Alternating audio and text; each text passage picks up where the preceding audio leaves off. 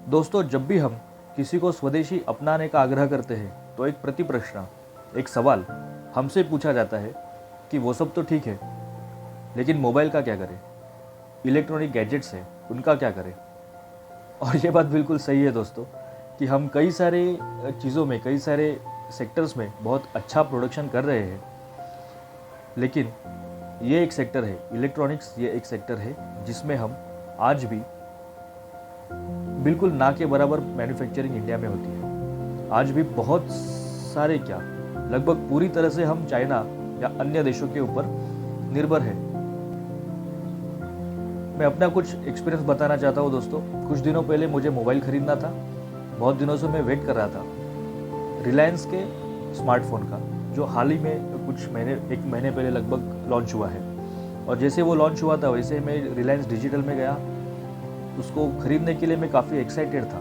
लेकिन जब मैंने उसको एक्चुअल में देखा तो झूठ नहीं बोलूँगा दोस्तों, I was absolutely disappointed. No doubt कि वो स्वदेशी है, रिलायंस अपना ही ब्रांड है, लेकिन जो स्पेसिफिकेशंस वो फ़ोन के थे, जो फील एक आता है ना स्मार्टफोन यूज़ करते समय, वो फील उसमें बिल्कुल नहीं आता था। और जो प्राइस उन्होंने रखी है 6500, अगर हम कैश में लेते हैं तो वो प्राइस के हिसाब से उसकी जो स्पेसिफिकेशंस थी वो बिल्कुल ही अच्छी नहीं थी, सेटिस्फैक्ट्री नहीं थी। हालांकि एक ऑपरेटिंग सिस्टम्स ओएस में उसने काफ़ी अच्छा काम किया है। एंड्रॉयड 11 का बेस लेकर के उसके ऊपर एक खुद की ऑपरेटिंग सिस्टम उन्होंने बनाई है, बट स्टिल ओवरऑल जो था वो I was not happy, I disappointed. और मैं फिर से घर पे आया। घर पे आने के बाद मैं फिर से सोच रहा था कि अब क्या करूँ, मोबाइल की ज़रूरत है तो क्या लेना चाहिए। और जैसे मैं थोड़ा और रिसर्च किया नेट पे, तो मुझे मिला ये लावा Z3। जी हाँ दोस्तों, वैसे लावा ये नाम कुछ नया नहीं है, मार्केट में कई सालों से है। लेकिन जैसे ही MI हो या Xiaomi हो या ओप्पो, रियलमी, सैमसंग, ये सारे फ़ोन्स ने ये रेंज में प्रोडक्शन चालू किया तो डेफिनेटली उसका ही सेल्स सबसे ज़्यादा था। और ये कुछ थोड़ा पीछे रह गया था। लेकिन आज इस बार मैं जब इस मॉडल को देख रहा था, जस्ट बिकॉज ये स्वदेशी है इसलिए मेरी रुचि ज़्यादा थी, मैंने इसको और थोड़ा एक्सप्लोर किया, तो आई वॉज रियली सरप्राइज दोस्तों। इसकी प्राइस लगभग रिलायंस की जितनी है, 7300 में ये हमें मिल जाता है इंक्लूडिंग ऑल टैक्सेस। बट इसमें जो स्पेसिफिकेशंस दिए हैं वो स्पेसिफिकेशंस आपको भी चौंका देंगे। और ये स्पेसिफिकेशंस पे आने से पहले मैं बताता हूँ कि मैंने और थोड़ा जो रिसर्च किया उसमें मुझे ये पता चला कि पिछले 3 सालों में लावा के जो फ़ोन्स हैं वो लार्जेस्ट सेलिंग, ऑनलाइन सेलिंग में टॉप 3 में से एक ब्रांड है। तो इसने बहुत अच्छा रिकवर किया है, अच्छा मार्केट ऑक्यूपाई किया है। और इसलिए मैंने और ज़्यादा रुचि लेकर के इसके मोबाइल के स्पेसिफिकेशंस में गया था, and I was really happy.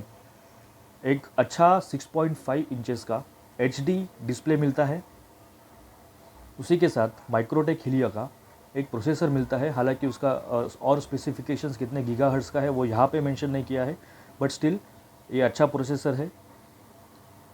Dual camera 8 megapixel, तो पीछे की तरफ आपको 2 कैमरा मिलते हैं 8 मेगापिक्सल के, और जो सेल्फी कैमरा है, फ्रंट कैमरा है, वो 5 मेगापिक्सल का है।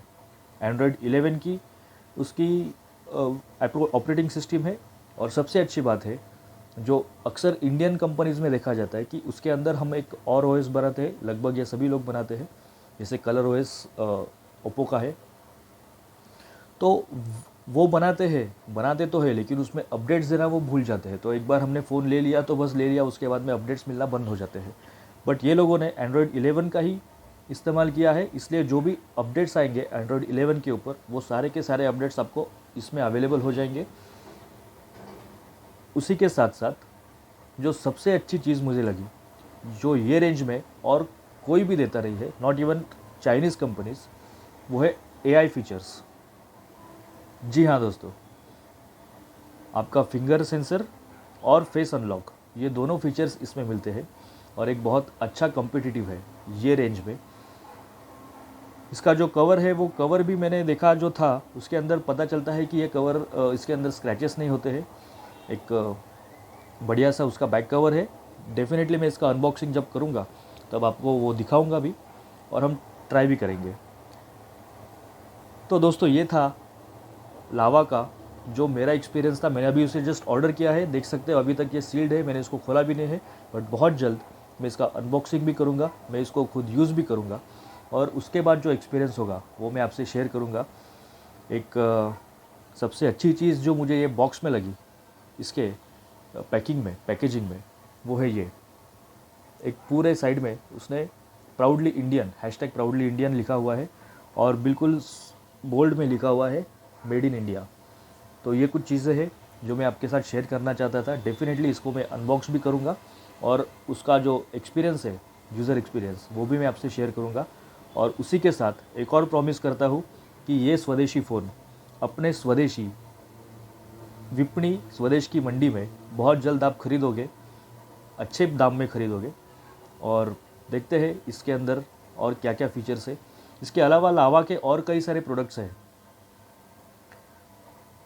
ये स्वदेशी इसलिए मैंने इसमें इंटरेस्ट लिया था, लेकिन I am really happy to say कि कई सारे प्रोडक्ट्स है। 5G एनेबल्ड एक लावा का हैंडसेट भी ऑलरेडी आ चुका है अग्नि नाम से, और कई सारे हैं, स्मार्ट वॉचेस है, हेडफोन्स है। वो सारे चीज़ों का मैं अच्छे से स्टडी करूँगा और आप सब के लिए उसको विपणी स्वदेश की मंडी में डेफिनेटली अवेलेबल करूँगा, ताकि आप उसे खरीद सकते हो स्वदेशी वस्तु स्वदेशी बाज़ार से। तो बस वेट करिए दोस्तों इसका अनबॉक्सिंग और उसका रिव्यू बहुत जल्द मैं शेयर करूँगा। तब तक के लिए बहुत बहुत धन्यवाद। वंदे मातरम।